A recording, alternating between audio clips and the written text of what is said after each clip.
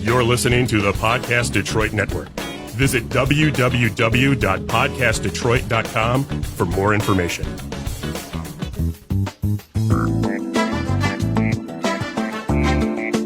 Welcome to Psyched by MG. This is Mary Grace Randazzo-Ratliff, or MG for short. I've been a psychotherapist in private practice for 32 years now. Guess what, everyone? We all have issues. So it's time to lighten up and move forward. Let's stop letting our crap control us and take control of our crap. Alrighty. Hello, everyone. Hi, Barbara. Hey there, darling. Hi, everyone. How's everyone doing? Oh my gosh, I know. I really do want to check in with everybody because, God, a lot's going on. But before I do, everyone who's listening, please, we are on Spotify, Podcast Detroit, Google Podcast, Apple Podcast, YouTube, Facebook, of course, all under Psyched by MG. Please get on there and, just take a moment right now and subscribe, click, comment, write a review if you would, because we really do appreciate it. And we do want to hear from you and any show ideas as well. So if you write tonight in the comment section, anything that you'd like us to explore, we will do it, and we appreciate it. And then of course, I've got the wonderful Barbara Mangami with me. Hey. And let's give a quick shout out to your podcast. I want to do that real quick. Barbara, you want to give a shout out? Yes. My podcast is available on 8 platforms. I cannot recite all of them, but certainly on Google Podcast, on Spotify, iTunes, Anchor. You will find generic African auntie giving you life lessons that you won't find in books, and they certainly didn't teach you in school. So this is a podcast for young women in particular. So if you have any young women in your life, please share this with them. Just tips on how to try to do life out there under the current circumstances. Yeah. I think so. Speaking, and we're going to talk about transitions tonight for sure, but speaking of the current circumstances, I was hearing a story from someone who was telling me about an experience she had at the grocery store. Oh. And her bag broke, like her bag ripped, and her groceries spilled out, and no one helped her. People walked by, people made comments, bummer, oh, that's too bad. And no one bent down to help her. And as I'm listening to this, I thought, oh my God, times have changed so much, because there's a person who's probably afraid to, is that the wrong thing to do to touch her groceries or be helpful? What would be the best response in that situation? Because she was describing, she was trying to juggle stuff and get her groceries. Right, of course. With oranges rolling this way and onions rolling that way. I can imagine. But I have to say, sorry to cut you off, but I literally just put myself in that position right now. And I can see myself, by nature, I am very spontaneous, jump in and help. Yes. But under the current circumstances, the things that would be running in my mind would be, what if she doesn't want me to touch her groceries? What if she perceives me as maybe being infected? I know. Do I not? Do I not? I wouldn't even be thinking about my own safety at that point. Just what she would think of me and whether she would want me to help. And so I would like people to write comments like, what would you do? Like, how would you handle that situation? Right. Because after I left her, I thought, well, I know I would say something like, oh my gosh, I'm so sorry. I would like to help you. But would you like me to help you? Do you need any help? That's great. Let me grab some paper towels or something and try to pick this up so that you're safe. Because this, this was a person who was older. Right. So it was a tough scenario. And I took a step back, and I've had that kicking around in my head for a few days going, what would you do? So anybody who's listening tonight, please write a comment and let us know, like, what would you do in that scenario? Would you help? Would you say something? Would you do what everyone did, which was this very cold, say nothing grunt as they walked by. You know what's so sad and makes it more poignant is the fact that she was elderly too. That just adds another layer of complexity right there. I know. Because I was raised to help our elders. I was raised to stand back. You get up off your seat when an older person comes in and needs a seat. So that would just add another layer of complexity right there. Because again, someone young and agile could easily say, oh, well, you know, people would be like, she'll be fine and she can get around.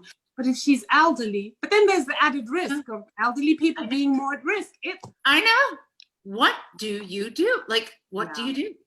Yeah, that's a question. And I hope people will write in the comment section and give us, you know, feedback and tell us what they would have done in that scenario. Because I obviously, a little bit of my own codependency is up because I keep thinking about it and keep thinking, oh my God, I would have had to jump in. Like, I don't like the fact that nobody did anything. Yeah. But later on, I thought, well, I understand people being afraid right now. You know, these are new scenarios that, you know, we can't assume that people just don't care. We have to understand there's much more to it. Yeah, I don't think we can assume people don't care. Funny you say that, because what I'm thinking of right now is you're speaking about changing times I wonder how much this affects what we perceive to be our common humanity, like the things we do for one another, our interactions as human. You know, we think about it on a bigger scale in terms of, you know, social interactions, but this is a social interaction. Yes. We know that when someone in our community, in our space needs help, the natural inclination is to help. How is that affecting us now, where before you can help, that spontaneity has to be like almost, you have to squash it. You start being rational first before you can do anything. I find that a little sad, to be honest with you. It is sad. That's how I felt too. I was like, oh my God. And you know, that I felt that sadness in another situation. I was talking to a parent of little kids, and they're, you know, in a private school, and this fits right in with transitions, because we especially want to talk about transitions during this pandemic, because they are definitely more difficult. There is definitely more stress, people. If you are feeling the stress and feeling the blues and feeling fatigued and frustrated, you are normal. You are not alone. Transitions are stressful to begin with.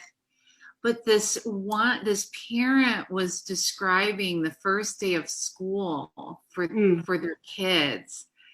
And the little one, I think, was going to kindergarten. Right. And the parent would it was first grade, because they got a little locker. Right. And the little one, normally the parent gets to go in and help them unpack and give them the little kiss. And then they get to go in and do circle time and do a little song the first day. Yeah. And this parent was in so much anguish, because she said, I turned around and I was just crying. I was not allowed to leave the car. Like, my little one didn't get the hug and didn't get the kiss, and we didn't get to do circle time with mommy. And so the little one was going through the separation stress, especially during the pandemic. Right. And mom couldn't go in. And she said, I just left there. Like, it was like the first time I ever left the baby. Like, the pain was unbelievable. Yeah. And I thought, oh man, I hadn't even thought about that. That is just got to be heartbreaking. Like, we know what we're going through with the transition of school. Well, I know what I went through last week when you know what? I'm getting teary-eyed imagining what this mother felt, because I know exactly what I felt last week. Mine is 19, by the way, not a little one, but still. The idea that I had to watch my child struggle with a fridge, with a microwave, with her bedding, with her suitcases, all by herself, because we weren't allowed in the dorm room. Yeah. And once she got her test done, it was goodbye. That was that. Oh, yeah. Man. She had to now go in for her 2-week isolation period. Oh my God. So, and knowing that your kid is isolated by themselves in a room now for the next 2 weeks. I know. These transitions, Yeah. I mean, I have so many people, college students that I talk to weekly, and I have to keep saying, I'm so sorry the adults around you screwed up. I'm so sorry that, nobody is doing the right thing as far as really setting limits. I mean, you really shouldn't be back at school. You really shouldn't be. This pandemic needs to be under control, because these kids now, I'm getting unbelievable panic attacks, stress. They're having the blues. Like you said, a lot of them are in this isolation period. A good friend of mine was telling me about his son out in California, where he got back to school and they isolated him so much. He hasn't seen anybody for 3 weeks. Yeah. And he's like, Dad, I might as well be home. Like, at least I get fed and I can see you guys and I have more chances to like at least breathe, but I am in such isolation. He was going into week 4 where they said, nope, you can't leave your rooms.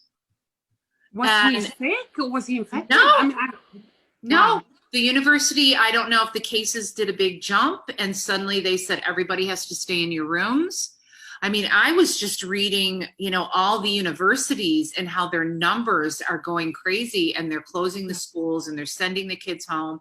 And I'm thinking, duh, come on, you're a freaking university. Don't be so effing stupid, people. Yeah. Of course you're going to have to send these kids home.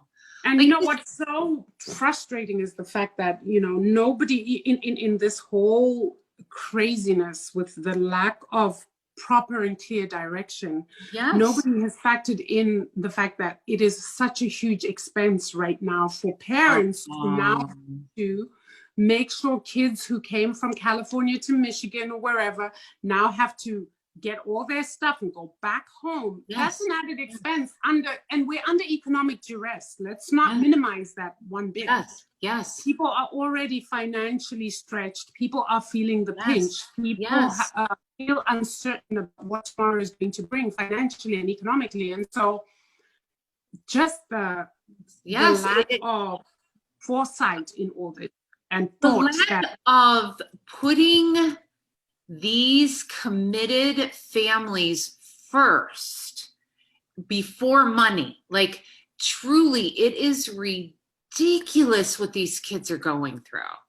One student was telling me in our dorm, the cases went from 2 to 10 in like 12 hours.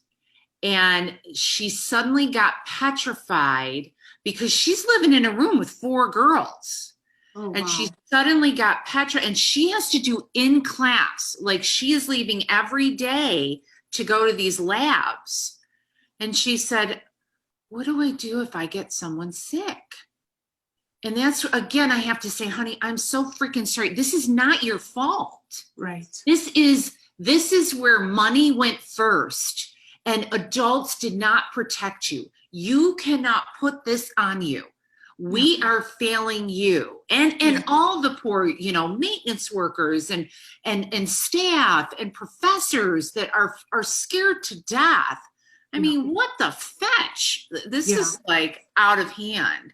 Yeah. And this is why I think to talk about transitions tonight was so important, because I'm seeing families go through these transitions, and I have to keep reminding them, number one, these are transitions into the fall during a pandemic.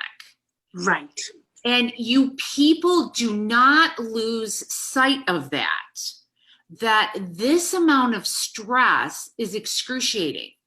With transitions, good or bad, there's an extensive adjustment. So it's stress related. Absolutely. You can be excited about the move back, but you have to understand it is an adjustment which causes stress. Right. The uncertainty causes stress. And that is another part of it. Well, now we have a pandemic and there's so much uncertainty, as well as kids in regular grade school, K through 12, and if they're public school, things are changing every day.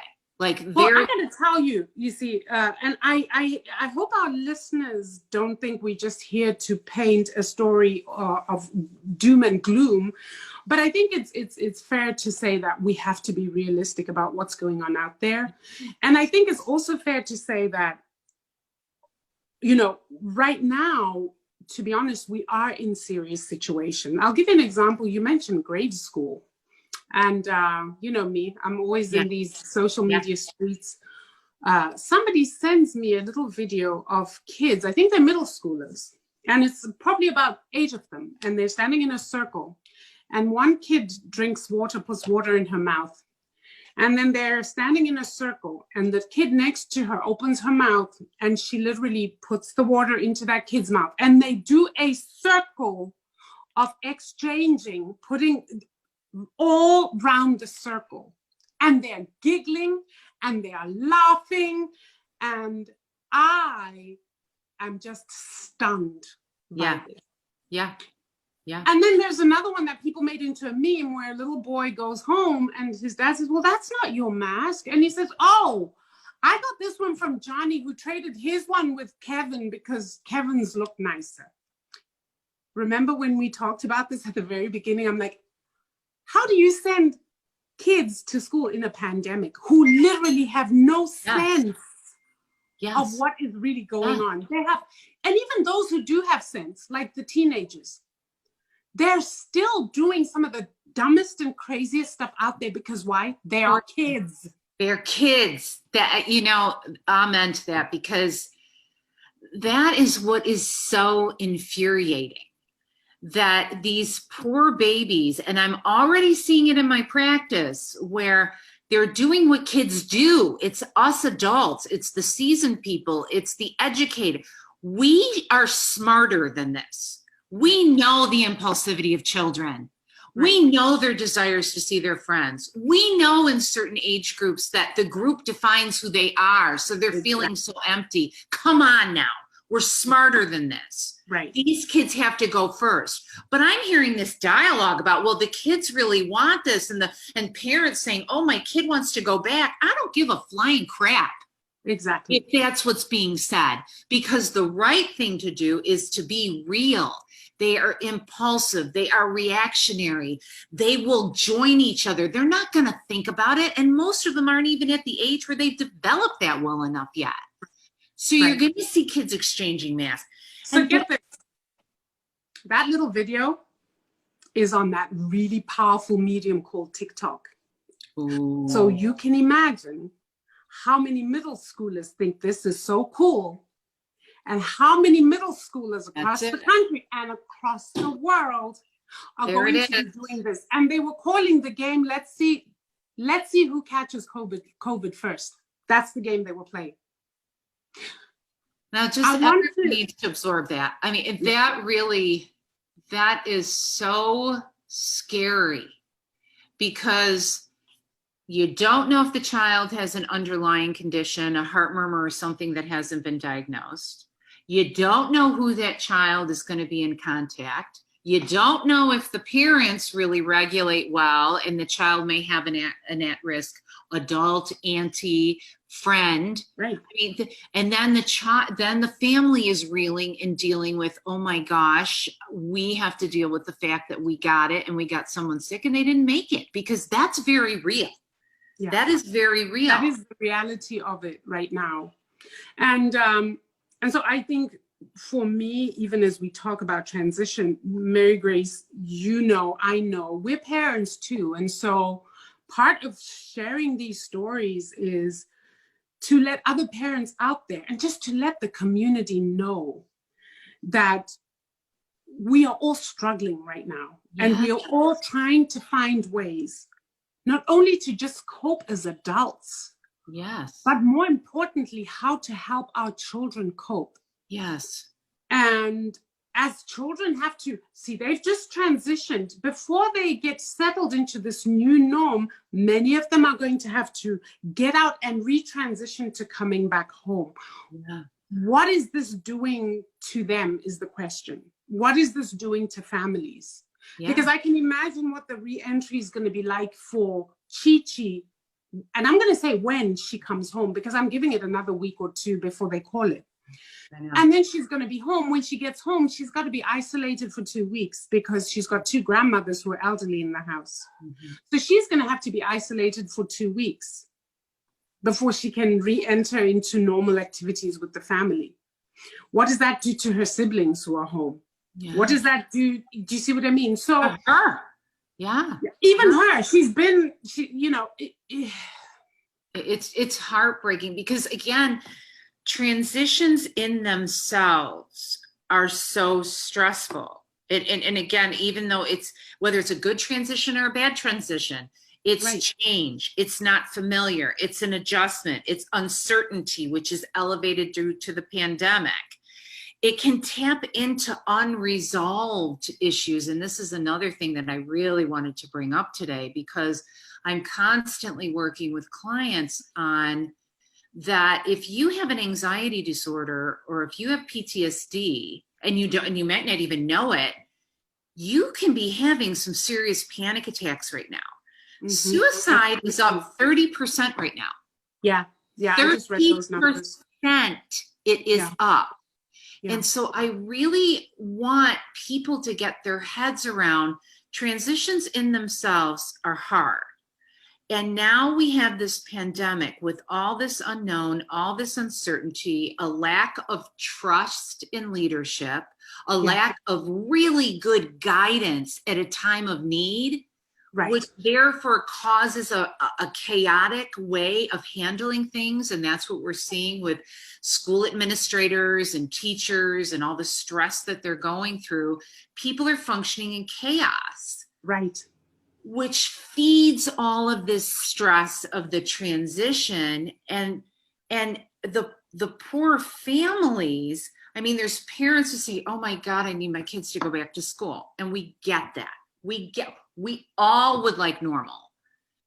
And yet there really is a pandemic happening. And so I'm scared to send my kids back to school. Right. And so there's all this anxiety building. And for people who also were not raised in these loving families with parents who helped them with transitions, who supported them, who were there for them, where a person did it alone all the time, a person, came from an abusive household, they were ridiculed a lot. Transitions have a history of creating another level of anxiety. It taps into those old experiences you have where people say, oh my God, whenever I have to move or start a new job, like I'm just a mess. I am, bitchy. I am mean. I get so angry. I can't take chaos. I struggle. And I have to say, okay, we got to do some work on where you came from with transitions. And if you had that parent that made it small enough that you could master it, that was protective of you, that took care of you, that was emotionally connected, that could say, oh, I know you're scared. This is kindergarten. This is hard. And mommy's going to go with you. And a lot of people didn't have that. Right. So I need them to understand that each time you go through a new transition, you have to take a step back. And you need to look at, what am I normally like in transitions? How nervous do I get? How short do I get with people? Do I eat too much? Do I usually need a cocktail? Right. All of these things are saying your anxiety and your emotions are so high due to the stress of the transition that you're needing an aid. Yeah. And if you can become aware of what's happening to you and know you're going to be okay, but make different choices to take care of yourself, all this anxiety is an underlying fear. Absolutely, you've spoken the word, because I was going to say the thing about the chaos that we are existing in is that it does not have to rule us. And I know that sounds totally crazy, but believe you me, you can still retain your serenity even in this craziness. And that's what I wanted us to pivot to, is that if we allow the fear of the current circumstance to take over us, Yes. then it unleashes a level of chaos within ourselves. Yes. That can really be quite damaging, not just to us as individuals, but to our families and communities. And this is why the self-care, those of us who are caretakers, I'm a mother of 4 children right now. I have to make sure that I manage my own anxiety, my own fears, so that I can help these young people manage theirs, and so that I can give them a perspective on what's going on that allows them to manage their own stress levels, because I can't manage their stress for them. I can only give them the tools to do that. But I can only give them the tools to do that if I have the wherewithal and the control over my own anxiety to be able to do that. Right. And the reason I bring this up is that it's so important right now, because we don't have any other way to do this right now. There's no big directive coming from anywhere that says move to point A to point B. And so there are things we cannot control, right? You know the serenity prayer, Mary Grace, right? Yep. God, grant me the serenity to accept the things I cannot change, courage to change the things I can, and wisdom to know the difference. Yes. And I would urge us to really stay in that serenity prayer at this time. I know you don't have to believe in a God or anything else, just that higher power, and that knowing that there are certain things you just have to let go of and remain calm about, because no amount of stressing will change that aspect of it. Yes. And then look in your sphere and around you at those things that you do have control over, and those things that you can change, or that you can mitigate, so that these transitions are not traumatic. Yes. You know, there's 2 key things as I was listening to you. One is when you begin to become anxious, afraid, sad, angry, discouraged, these are all emotions. Right. But what you have to watch is when there is all this chaos going on, and a lack of leadership, it can feed it so those feelings get more intense. Mm-hmm. Well, the thing that everyone has to be very, very careful of is when something that you're struggling with in front of you occurs, your emotions are there to talk about and let the stress out of the body so you can think clearly. Right. So if you don't connect with people, the key to helping fear is called connection. Right. If you want to feel less afraid, connect with people. It will soothe your fear. And if you're with somebody who you're like, oh, they feed my fear though, then you find somebody else. That's it. Because in that connection and togetherness, we know we're not alone. We know we're not going crazy. And then the most important thing is, then when you go to make a decision, you won't make it impulsively, erratically, where you're only thinking in the moment. You're not thinking ahead. Right. And when you go into survival decision making, you're just going to put this fire out, but it's going to create a fire over here. And then you put that fire out and you're running over here.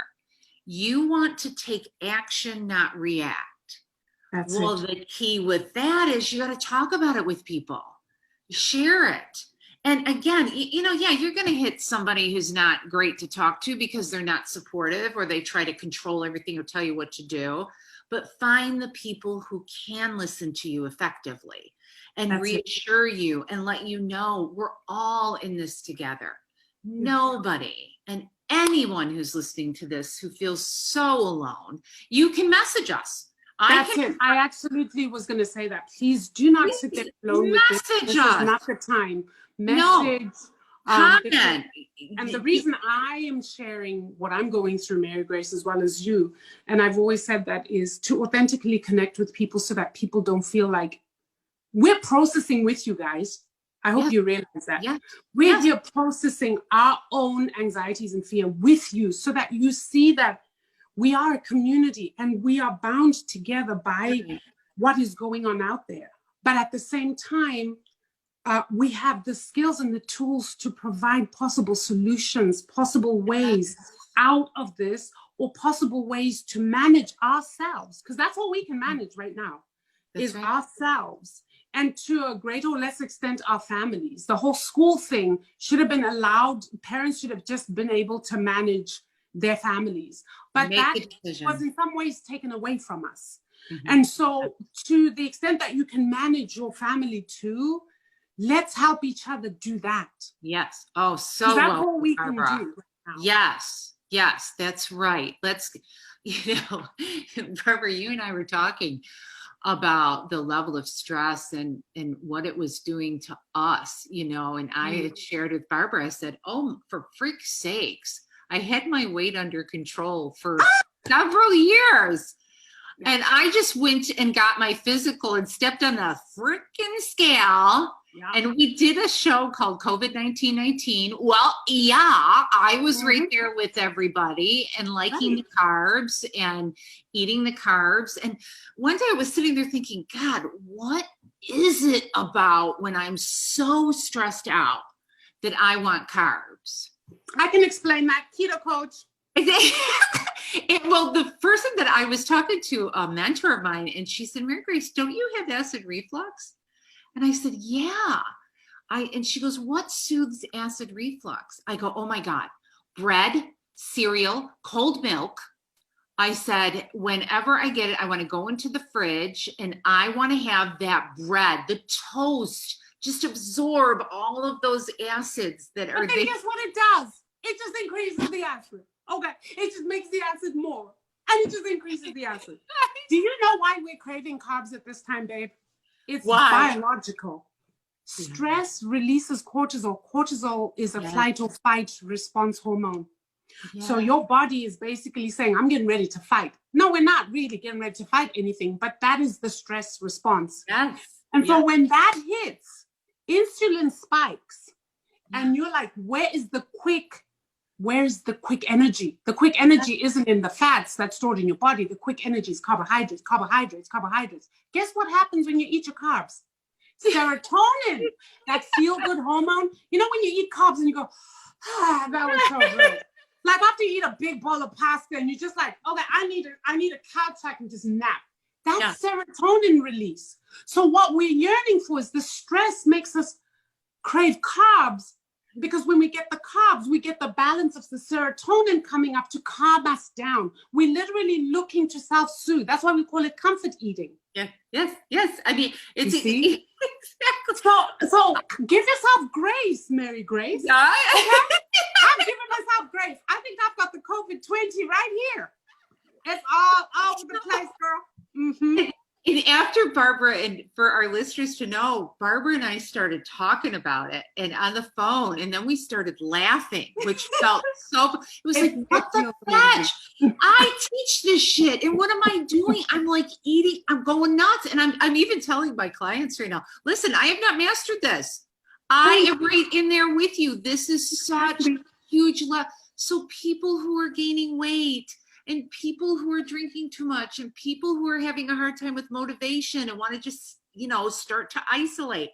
We're all in this together. We are all here with you, and we care very much. And how we break the chain, which I called Barbara. Barbara and I started laughing. I decided to go for a walk and start. This is after crying, okay? This is after I cried. I had to, so guys, allow yourselves grace. Allow it. Please give yourselves grace. Find that buddy, find that friend where you can just go, if you need to sob it out. Then giggle over something stupid if you need to. Yes. Throw on some music and dance like nothing is going on out there. Yes. You've got to find ways to cope to get with it this. out. To get it out. Because the transitions create its own stress in itself. And then the pandemic, with all of the excessive transitions that it adds to what's going on, is more stress. Yeah. And then it can be tapping into old responses that when you feel overwhelmed and you go through transitions, those feelings of loss or abandonment can be talking in the subconscious, which it does happen. Right. And what you need to do is number one, you have to expect the stress. That's what I want to push. Yeah. You do have to push yourself to eat well during that time. Yes. Because just what Barbara just said, I mean, you will get on a hamster wheel where now you start eating really bad. Your mood gets all over the place because of what food you've chosen. You're up, you're down. You know, people are drinking coffee. It's such an extreme right now. And then bottoming out and going, oh my God, I feel awful. I'm moody. I was in a good mood. Yeah, your caffeine freaking wore off. Right. And so eating well is so important. And exercise, I know I hate this one, but now I'm exercising. I've done exercise. I hate it too, babe. But you know what I've given myself grace too is that I'm not gonna add. See, for me, thinking about exercise is stressful. So what I do is I just get out into nature. 30 minutes outside. Right? Nobody's saying go to the gym and go kill yourself with it. In fact, if you go to the gym, I don't know how people are doing it, but some people are doing it in their masks. I don't know. That would not be me. No. But get outside of your normal space. Yes. It really helps. I rearranged my office the other day because I just was like, something needs to happen. Yeah. So I rearranged my office, and just that rearranging did something to the energy and kind of gave me a fresh lease, because we have to be so mindful of the fact that these are not normal times. And so you got to just be aware of your own reactions and responses to things. Even the way you talk to people might change now. Yeah. Don't be surprised. And then give yourself grace and give another person grace if they come at you in a way that you're not accustomed to. Yeah. It is stress, guys. The other thing, Mary Grace, that I thought was really important to talk about is depending on the kinds of kids you have. So I have 4, so I can see kind of differences. Yeah. One of my girls is very OCD. So while some of us are talking about the COVID so-and-so and just the carbs, I've got the one now who doesn't want to eat. Oh. So you got to be mindful of that too, because there are, again, it's her attempt to control what we can control. That's exactly it. So we got to be aware and know ourselves. You got to be aware and know your kids. Watch your kids, please. Those of you with kids in the home, please watch your kids, because whatever it is they're going through, you're going to see these changes. So with mine, I noticed, that's one of my twins. Yeah. Her eating is off. Yeah. And I know that in the past, she has suffered from an eating disorder, anorexia, because, trying to control. It's a control thing, nothing else. Yes. And I see those signs. And I know when that happens, she's very highly stressed. Yes. Yes. So just again, parents, be aware when that internal world, all of those emotions start to feel out of control. Yeah. People will start to get fixations. They'll get very task driven. They'll want to control their food. Some unfortunate teenagers, their cutting will get worse and get out of control. It's that sense of trying to gain control. Yeah. But what you don't understand is it makes you more out of control. That's it.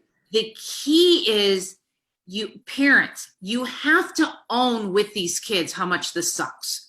Mm-hmm. You got to talk to them about this effing sucks. And we are not doing a good job as a society for you. And I bet that pisses you off. You've got to let these kids let it out. I've had more kids in my practice crying and working at trying to get them to let that stress out, because they're talking about, I'm not sleeping well. I'm getting obsessive. My eating is out of control. I have been starving myself. All these symptoms are coming up. And I'm like, we got to get to work. You got to do some bitching, sweetheart. Yeah. You got to bitch. I'm going to give you some stuff to bitch about. And I'm going to sit here and I'm going to understand it and I'm going to listen to you. And parents need to understand that this pandemic is kicking the shit out of our kids. Yeah. Please don't put it away and say, oh, well, we've got it. Oh, they're going back to school, or, oh, they have this now. No, this is hard. It's hard on them. And I think we need to also be careful because, I know with my own, and I know a lot of parents are suffering this, because in our bid to calm situations, sometimes as parents, we want to minimize things. So, for example, this idea that, oh, you need to be grateful. Do you know right now that there are people out there with no home? Oh, You need to be God. grateful. Do you know that there are people out there right now with no food, and you're busy here complaining that you can't play with your friends? Let's not minimize or invalidate our children's feelings in the name of them having to be grateful. Yes, I totally get it.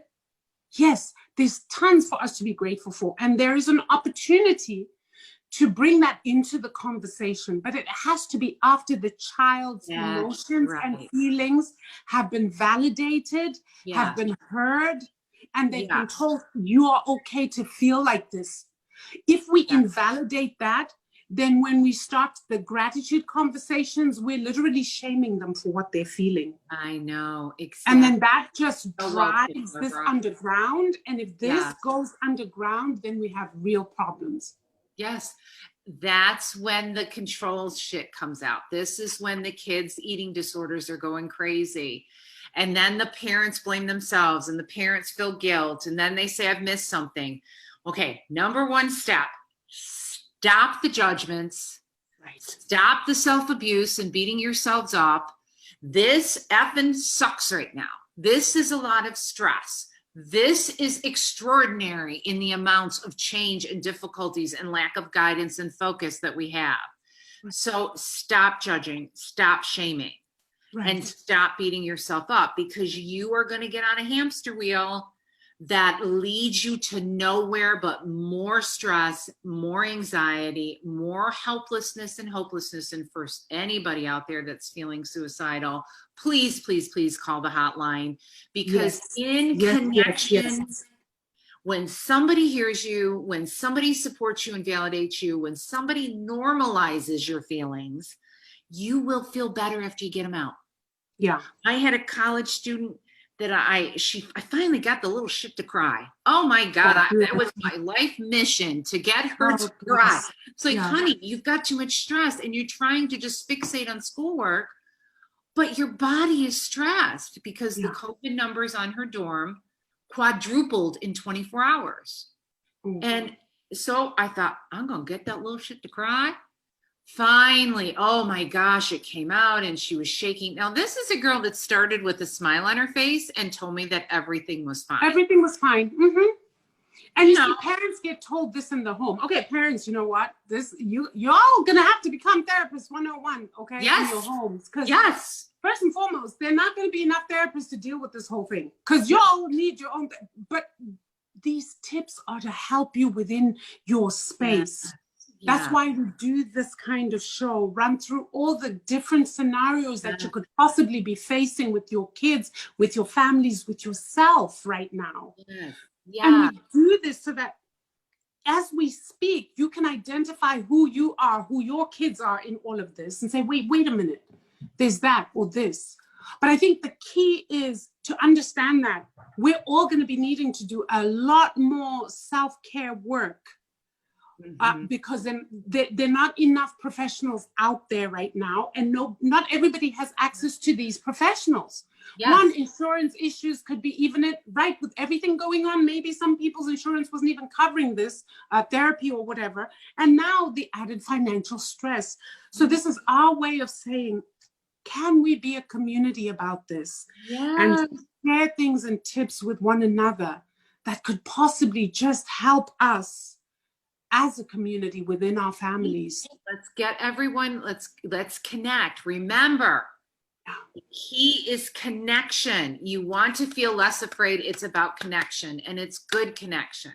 And to know that you're not alone. And, you know, something that we say on the show, I say it all the time, it's on my website, you know, most people are just stuck. They're not crazy. They're stuck. That's it. The key is to connect and feel safe and fall in love with the shit you got. Because we all got shit, people. We all got issues. We all got things. And you got to fall in love with it, and you've got to embrace it, and you got to be willing to explore it and be gentle with yourself. And this shit's funny. I mean, when you with a good friend, this shit you do is freaking funny. I mean, I was telling Barbara, you know, in March, I made 8 loaves of biscotti. 8 loaves. Oh man. I ate them. And I'm having to go to work talking to clients and like, oh my God, I'm making all this bread. And I'm like, oh dude, well, I'm right there with you, sweetheart, because I did 8 loaves of biscotti. Do you know you want to know how much chocolate I put in my biscotti? Oh, girl. One batch it was like a candy bar. I ate it as I was making it, and I ate it after, and I had dairy, which I'm not even supposed to have dairy. I mean, but you know what, honey? This is what makes us human. This is the human connection. Because at the end of the day, professional or not, expert or not, we're all human. And I think that, in so many ways, while I was saying, are we losing our humanity, about that situation with helping the old lady? But in so many ways, it's reassuring to me that we're not. Yes. Because we can still connect on this level where we can laugh at our crap together. Yes, exactly. And yes, I'm a trained keto coach, but I'm the keto coach who's sitting around stuffing myself with carbs. Yeah. Because you know what? It is what it is right now. And I need some serotonin in me, okay? So I'm going to eat the carbs. Hello. And when you beat yourself up and you put yourself down and you're rigid and you shame yourself, well, guess what? You're going to freaking eat more carbs. Exactly. Well, it starts with don't judge yourself. Be gentle. And if you're around people who are judgmental, get new friends. Get new support. That's it. This is the time. Hello. I just did a podcast for my young people where I was like, this is the time to clean house. Clean house. Don't be afraid. It's not a reflection. Because if there are people around you at this time, and you know what? I am so sorry if they're family members, but there are tools and ways in which you can still create your boundaries within that space. Yes. But if there should be no friendship stress going on right now. If your friends are stressing, you lose them. You can't always lose the people you live with, but you can lose the people right now at this time who are causing you undue harm.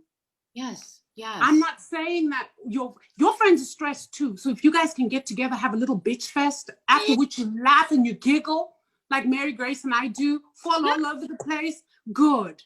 But if they're the kind of people who don't want to hear what you have to say, but come and offload onto you, you don't want those right now. No. Everybody's got to carry their own stuff right now, let me tell you. Yep. Either you bring it, we put it in one pot together, and we stir the pot together, or carry yours, I'll carry mine. But that's that. And to know the difference between, and people who are listening to people who are bitching and venting and that, don't offer opinions.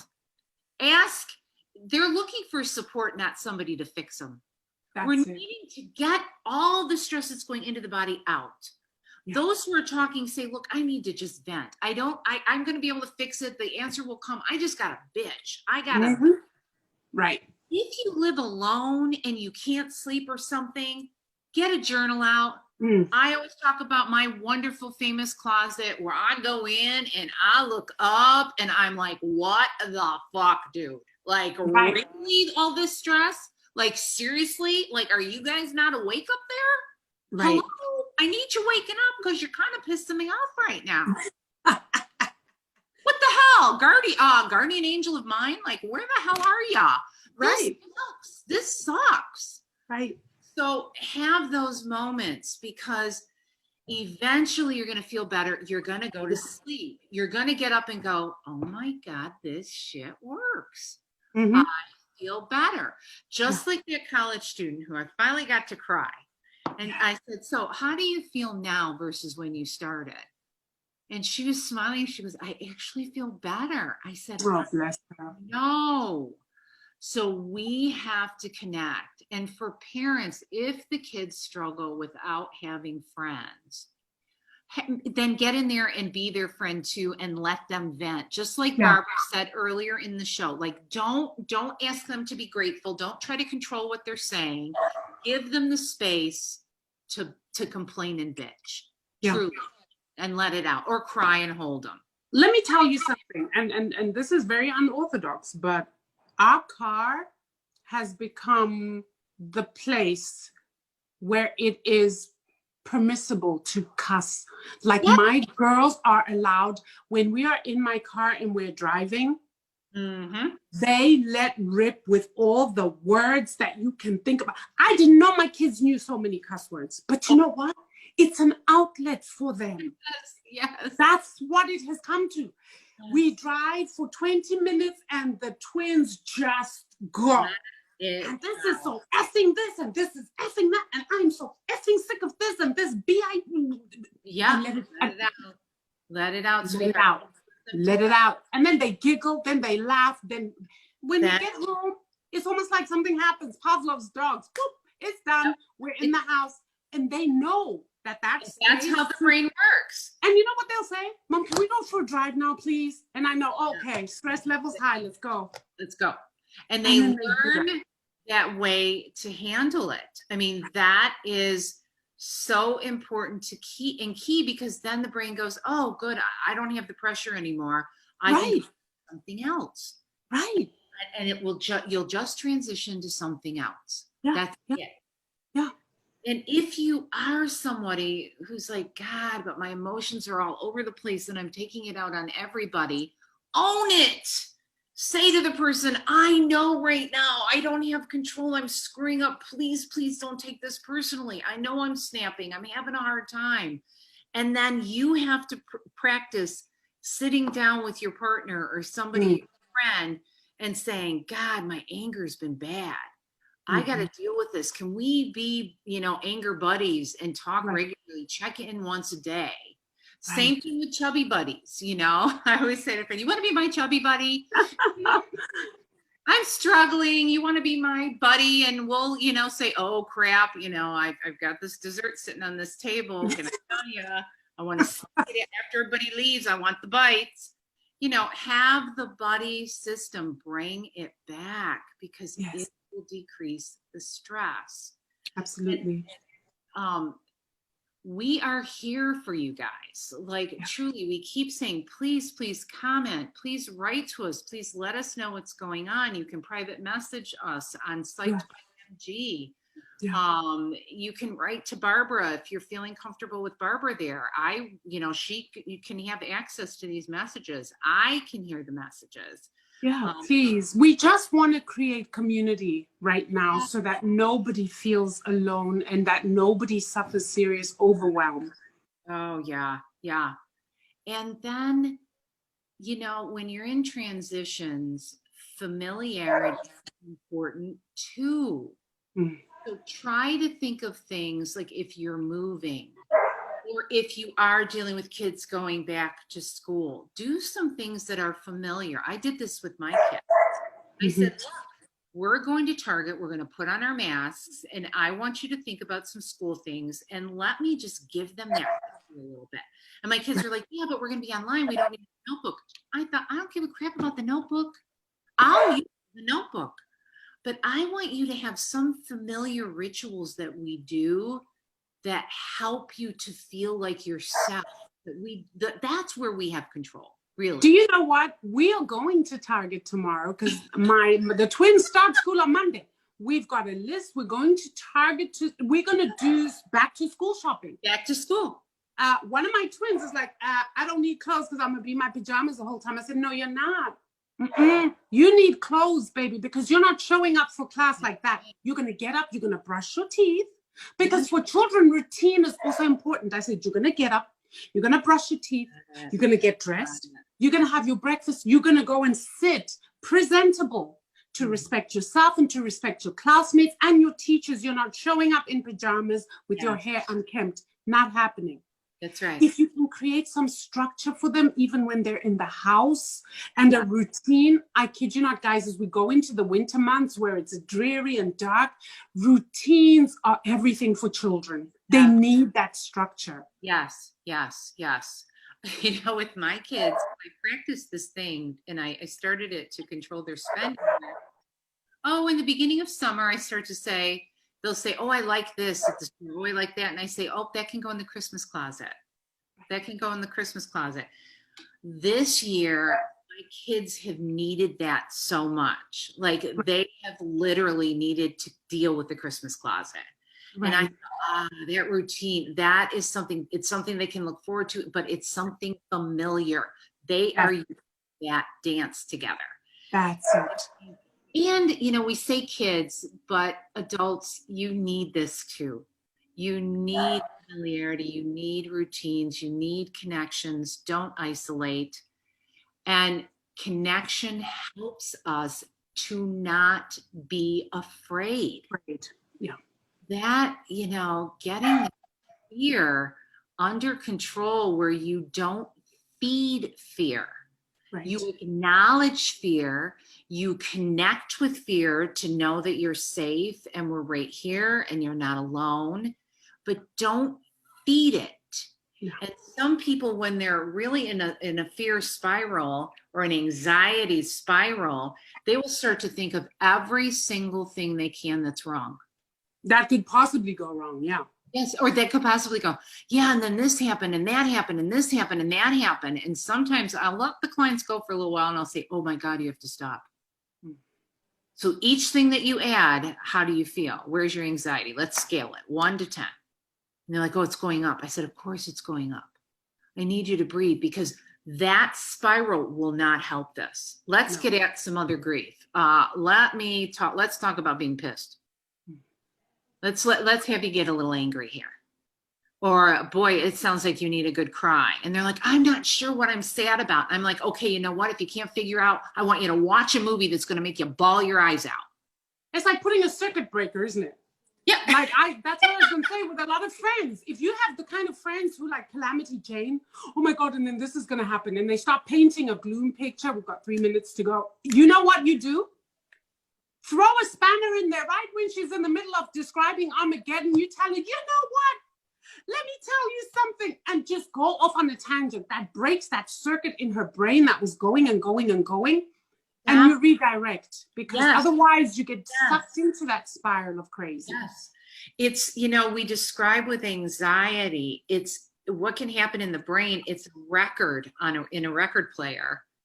And the arm, it could get stuck and it repeats the same song over and over and over again. But until you put pressure on that arm, it will then move to the next. Move forward. Exactly. And people with anxiety and nervousness, whether it's mild or medium or high, you have to understand that. So you, and if you are alone and you don't have a therapist and you can feel yourself not sleeping, like I said, watch a movie, or some people like music.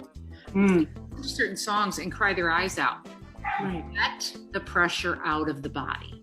Right. You will then begin to sleep, and then journal later. Journal later your thoughts so that you can let the brain talk to you and say, okay, this is what I'm not feeling so good about.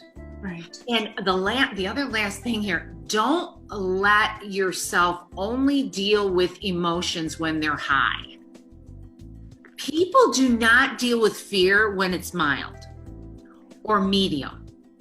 If I say, how do you know when you're afraid? I'll say to somebody, they'll be like, what do you mean? And I'm like, well, how do you know when you're afraid? And they're like, I don't know. Let's see. Well, this scared me. And I'm like, well, that sounds like you were terrified. Right. But how do you know when it's mild? How do you know moderate? Like when you're listening to the news and get that pit, mild to moderate, pay attention.